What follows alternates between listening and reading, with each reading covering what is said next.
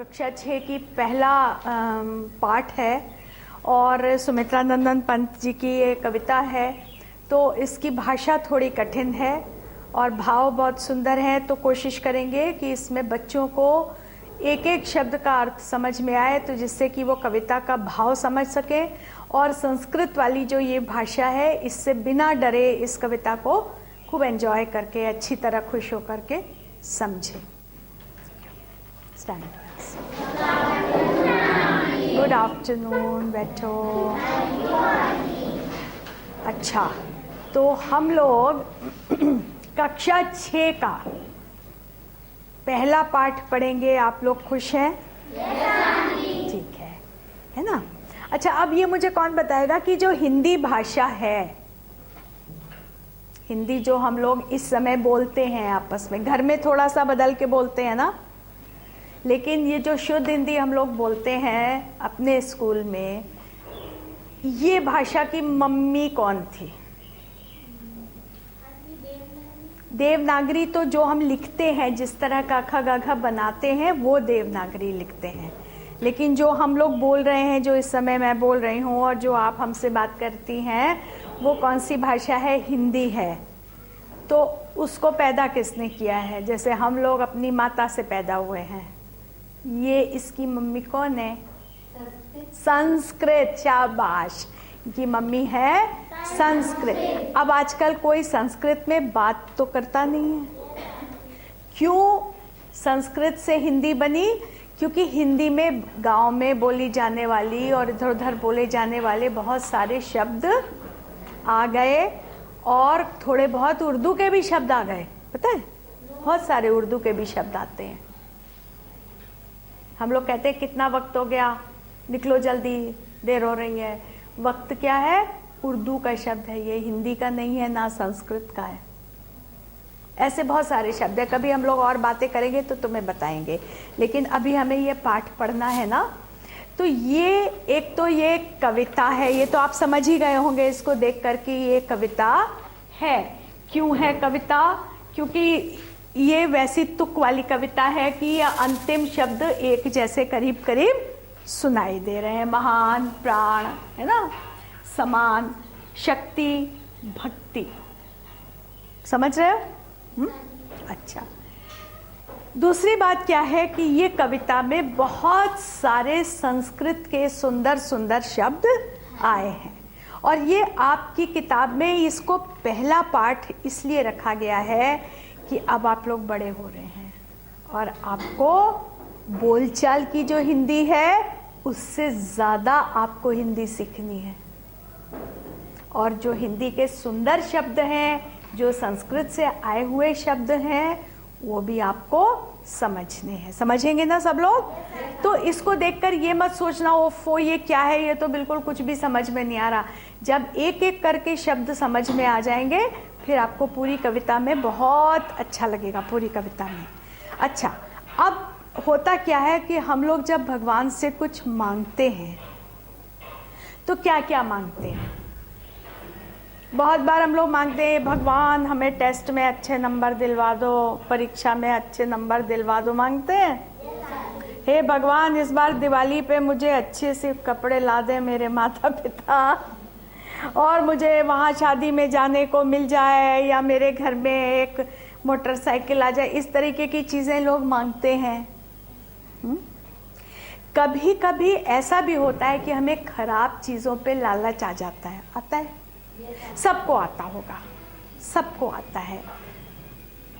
हाँ, तुम बहुत अच्छी बिटिया हो, लेकिन हो सकता है कि कभी किसी बात पे आता हो लालच, आता है। जैसे हमसे कोई कुछ मांग रहा है और हम कि दे दो, हमारे पास कपड़े नहीं है। और मान लो मैं सोचूं, ओहो ये साड़ी तो मुझे बहुत अच्छी लगती है, अब भले ही उसके पास एक भी कपड़ा नहीं है, फिर भी मैं सोचूं अभी मैं इसको 2-4 बार और पहन लूं, मैं नहीं दूंगी। आती है मन में बुरी बातें, आती हैं, सबके आती, क्योंकि हम इंसान हैं। तो इस कविता में जो कवि हैं वो क्या कह रहे हैं कि भगवान मुझे कोई चीज़ नहीं चाहिए। इसमें पूरी कविता में उन्होंने ये नहीं मांगा कि मुझे एक कार मिल जाए, मुझे नया मकान मिल जाए, मुझे नए जूते चप्पल मिल जाएं, मैं फर्स्ट आ जाऊं इम्तहान में, कुछ नहीं मांगा उन्होंने। वो क्या कह रहे हैं इस कविता में कि जो अच्छी बातें हैं, मुझे ऐसा इंसान बना दो। देखो इंसान वर्ड भी उर्दू का है, इंसान शब्द भी उर्दू का है। मुझे ऐसा मनुष्य बनाओ, मुझे ऐसी लड़की बनाओ, मुझे ऐसा लड़का बनाओ, मुझे ऐसा व्यक्ति बनाओ कि मैं अच्छी चीज़ों से प्यार करना सीखूं और मैं अच्छी चीज़ें चाहूं, मेरा मन बुरी तरफ ना जाए, मुझे ऐसा व्यक्ति बना दो। ठीक है, तो ये बहुत सुंदर प्रार्थना है। इसमें ऐसा कुछ नहीं है कि मुझे अभी के लिए कोई चीज़ दे दो। अभी अच्छा खाना मिल गया, नई साड़ी मिल गई, नई फ्रॉक मिल गई, तो क्या होगा, 2-4 दिन में वो सब पुरानी हो जाएगी और खाना हजम हो जाएगा पेट में। अगर अच्छी चीज़ें मांगेंगे तो वो हमेशा हमारे साथ रहेंगी और हमारा मन हमेशा अच्छा रहेगा। अब आपको ये शब्द दिख रहे हैं, दिख रहे हैं, है ना? तो पहले हम लोग इनके अर्थ लिख लें, हैं? सबसे पहले ये लिखिए जग, जल्दी जल्दी लिखेंगे, बहुत जल्दी जल्दी। जग का अर्थ है दुनिया, संसार। ठीक है। चिर, चिर, चिर का अर्थ है हमेशा या सदा।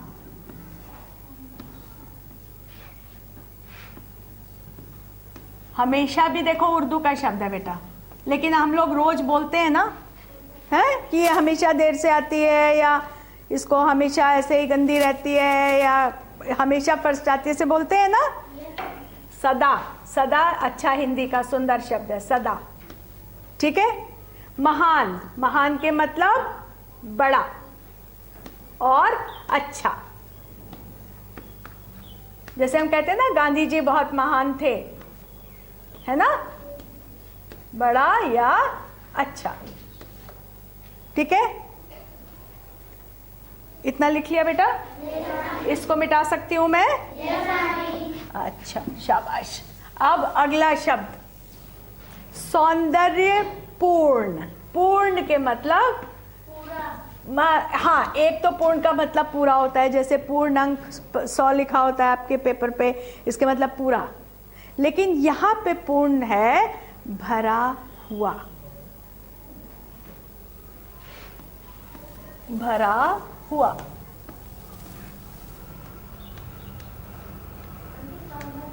हाँ, अभी बता रहे। अब सौंदर्य तो सबको पता है, तो तुम क्लास 6 में आ रहे हो। सौंदर्य का क्या मतलब है? सुंदरता। सौंदर्य, सौंदर्य के मतलब सुंदरता। तो सुंदरता से भरा हुआ, सौंदर्यपूर्ण। इसीलिए मैंने सौंदर्य के मतलब नहीं लिखी, क्योंकि इतना तो आपको पता है ना बेटो। तो सौंदर्यपूर्ण के मतलब सुंदरता से भरा हुआ, खूबसूरती से भरा हुआ। अच्छा, नाथ, नाथ के मतलब भगवान। नाथ के मतलब स्वामी या भगवान, ईश्वर, स्वामी, भगवान।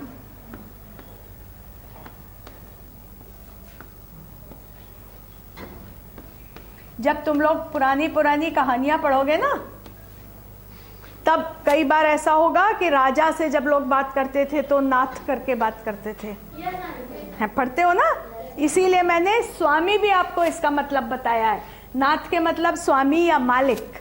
तो भगवान भी हमारा मालिक है? हाँ, तो मालिक, स्वामी, भगवान, तुम जो मर्जी लिखना चाहो लिख लो, मालिक भी लिख सकते हो।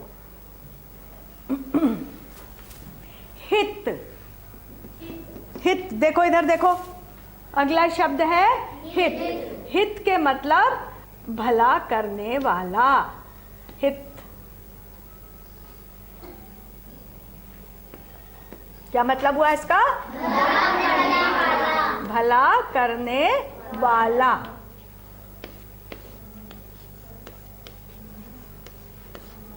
अच्छा,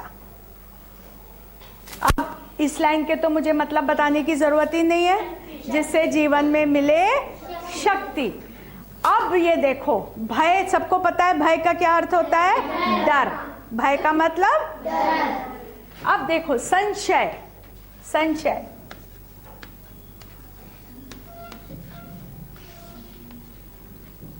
संशय का मतलब शक,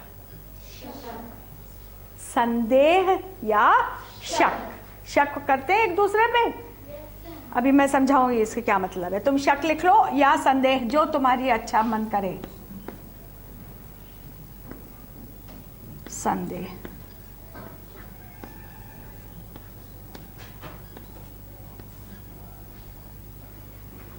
अंधभक्ति।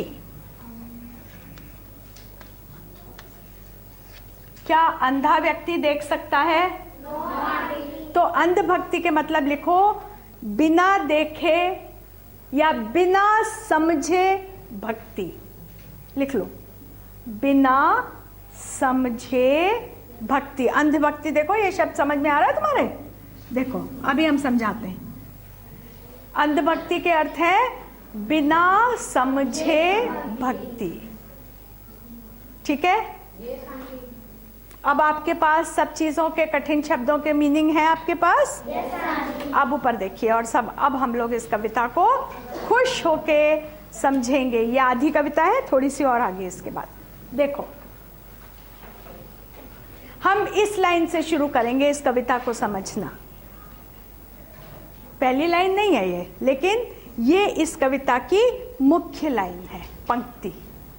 मैं उसका प्रेमी बनूं नाथ।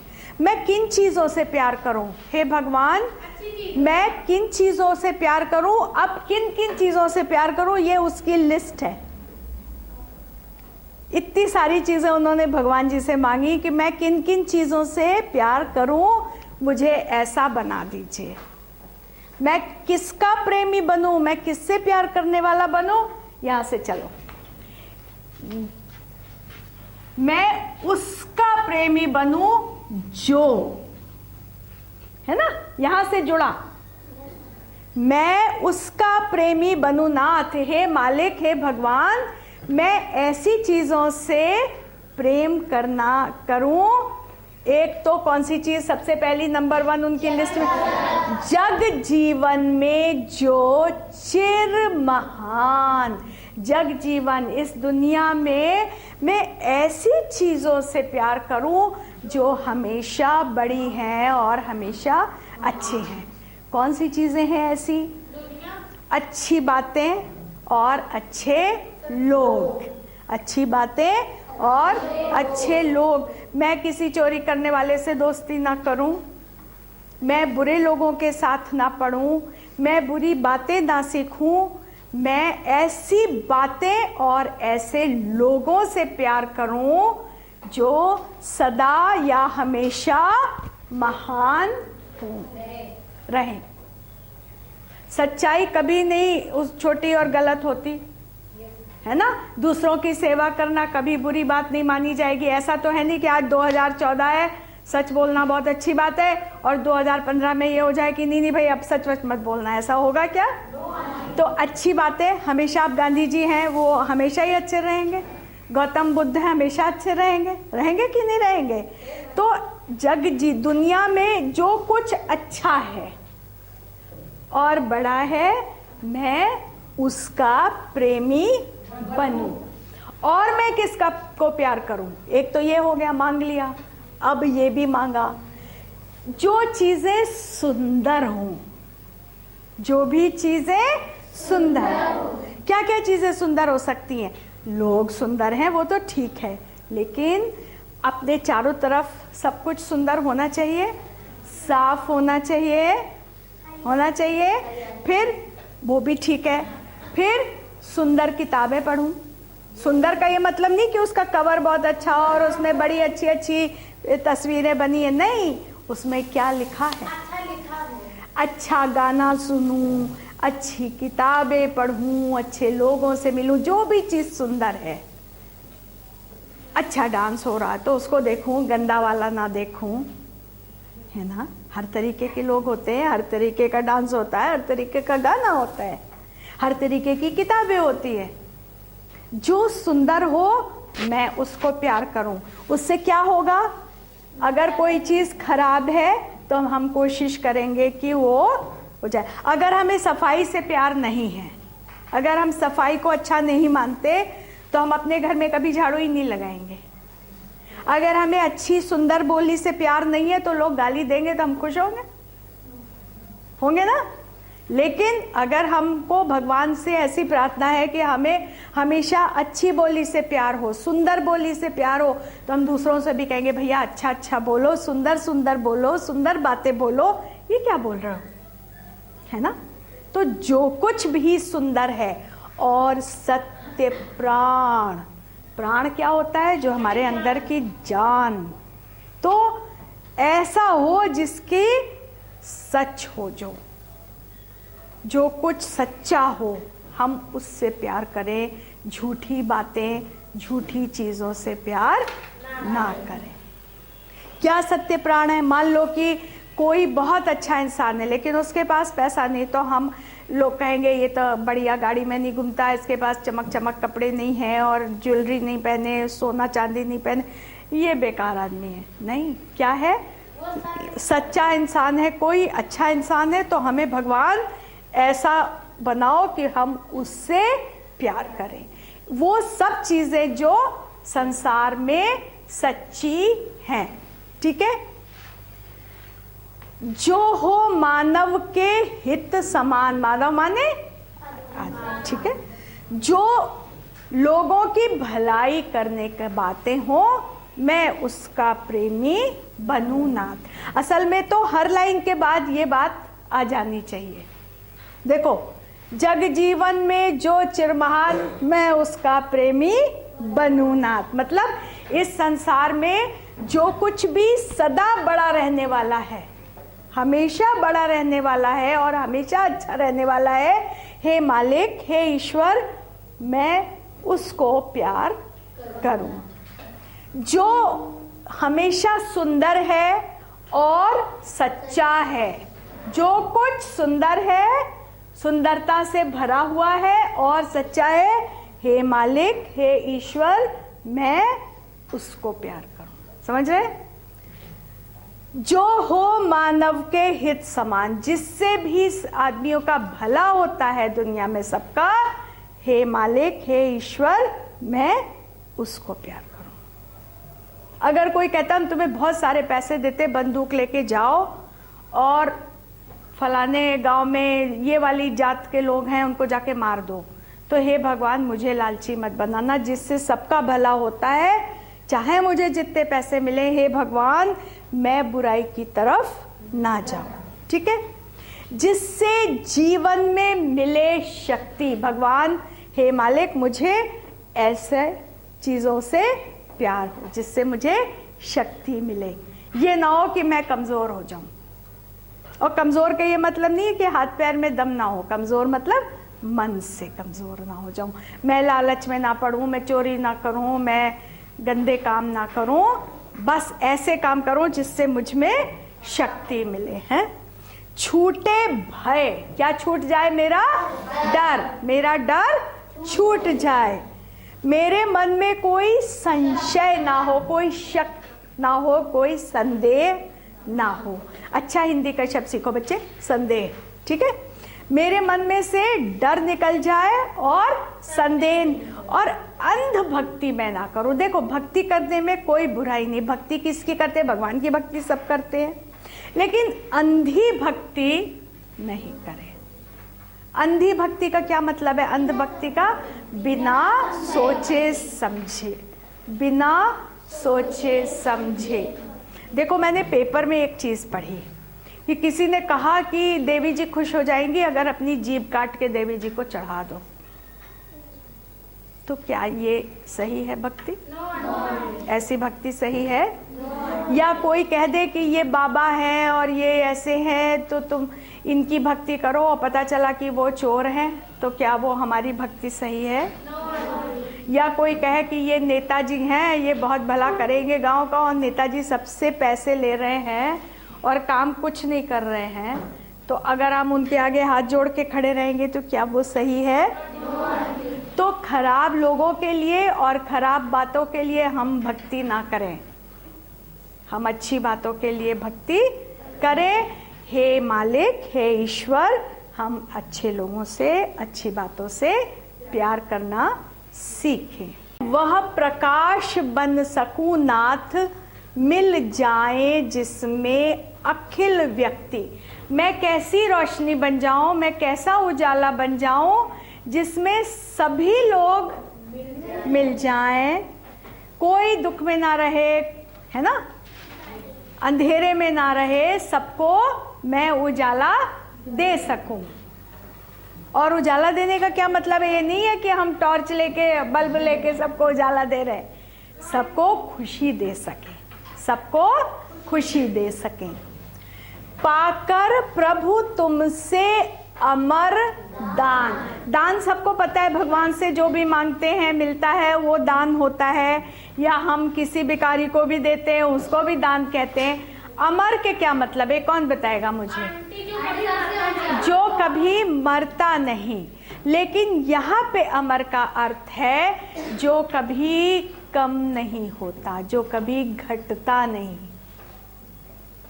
बात वही है, लेकिन मरता नहीं, जो चीज है वो कभी खत्म नहीं होती। जैसे हमने तुम्हें बताया था कि आपने नए कपड़े मांग लिए तो वो पुराने हो जाएंगे।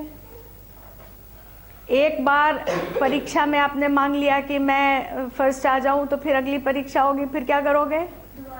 फिर मांगेंगे, है ना। तो ये है, ये अच्छी बातें से प्यार करना, ये अमर दान है। एक बार मिल गया तो फिर हमें बार बार मांगने की जरूरत नहीं है।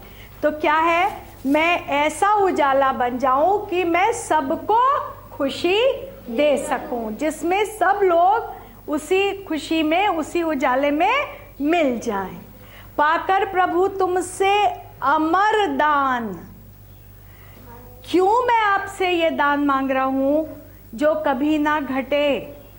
किस लिए? करने मानव का परित्राण। परित्राण का अर्थ है तकलीफ या कष्ट को दूर करना। तो मैं चाहता हूं दुनिया में किसी को कष्ट ना हो, उसको दूर करने के लिए आपसे अगर मुझे ये अमर दान मिल जाए, ऐसा दान मिल जाए जो कभी नहीं समाप्त होगा, जो कभी कम नहीं पड़ेगा, जो कभी घटेगा नहीं।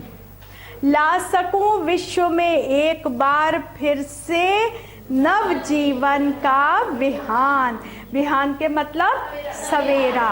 तो ये वो सवेरा नहीं मांग रहे कि वो सूरज निकल आए सवेरा, नए जीवन का सवेरा, मतलब जिस ऐसी जीवन फिर से शुरू हो जैसे दिन शुरू होता है रात के बाद, ऐसे ही हम चाहते हैं कि दुनिया में किसी को कष्ट ना हो, सबके पास खुशियों का उजाला हो और नए जीवन का सवेरा हो, या नया जीवन फिर से शुरू हो, फिर से आरंभ हो। ठीक है, अब हम लोग क्या करेंगे? आपका होमवर्क क्या है? एक तो जितने कठिन शब्द हैं उनको फिर से ध्यान से समझेंगे, ठीक है। और कुछ इसमें शब्द ऐसे हैं जिनके कि बहुत सारे विलोम शब्द भी हैं, उल्टे शब्द, उसको ढूंढने की कोशिश करना। जैसे सवेरा का विलोम क्या होगा? नहीं, अंधेरा क्यों होगा? अंधेरा उजाला होता है। सवेरे का क्या होगा? रात, हाँ, रात्रि होगा। अच्छा, हाँ, अच्छाई बुराई, है ना। अच्छा, प्रकाश, प्रकाश का अर्थ है उजाला, हम उल्टा पूछ रहे हैं। अंधकार, प्रकाश का है ना। तो इनको थोड़े से विलोम शब्द समझिए, और अच्छी बातें कौन सी हैं, बुरी बातें कौन सी हैं, इस पर हम लोग फिर और चर्चा करेंगे और कुछ प्रश्न पूछेंगे। ठीक है, स्टैंड अप।